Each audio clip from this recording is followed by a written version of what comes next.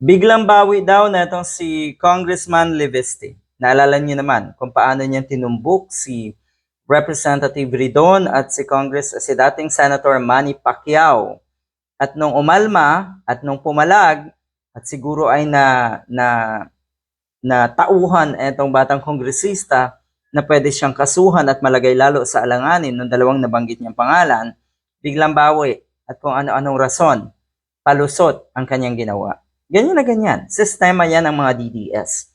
Pag nabisto, pag nabuking, either magtuturo uli, mandadamay uli, gagawa uli ng bagong issue para matabunan yung kanyang katangahan.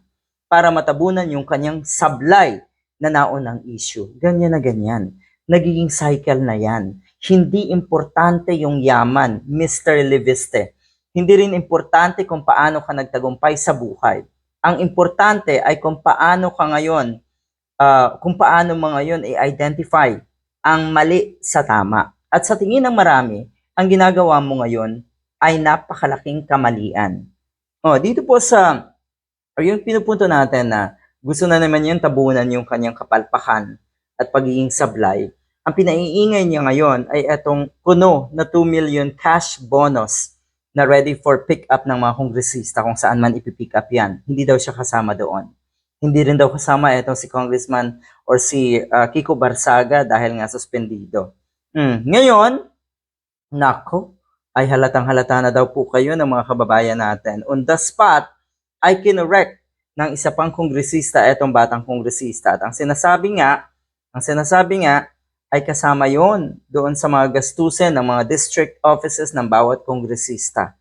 At pinabulaanan, hindi totoo na may 2 million bonus. Hindi yun yung sinasabing bonus or pera na para sa bulsa nila. May paglalaanan yung mga ganong pera kung sakaling meron man. So biglang bawi dahil ang sinasabi ngayon na si Liviste ay hindi naman daw mali yun. At ang pinupunto lang daw niya ay dapat may transparency. Hindi po bagay kung paano yung hilingin, kung paano yung ipagsigawan na kailangan ng good governance and transparency, hindi bagay sa inyo kasi hindi kayo kilala sa ganong sitwasyon. Sa tingin ko, hindi naman transparency ang gusto mong ipunto dito, Mr. Liviste. So, ang totoo pala, kaya pinalulutang na itong si Liviste nga itong 2 million bonus kuno ng mga kongresista ay ganito.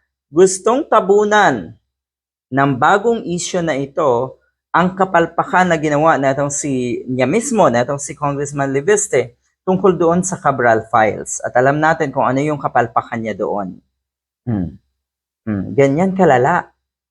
Ang sinasabi pa dito, kung talagang gusto mo daw ng transparency, kung yan ang gusto mong ipaliwanag, yung mga gawin mong context ng statement mo ay tungkol lang sa transparency. Kasi ang gusto niyang sabihin dito, kawalang hiyaan at pagiging kurakot ng mga nasa gobyerno na sa tingin ko, mas malala yung mga taong nasa paligid niya, yung mga maka-Duterte. Ay hindi yan totoong paglaban sa korupsyon. Hindi yan totoong sigaw ng transparency. Yan po ay sigaw ng mga taong mukhang may ambisyon at desperadong pagtakpan ang kung sino man.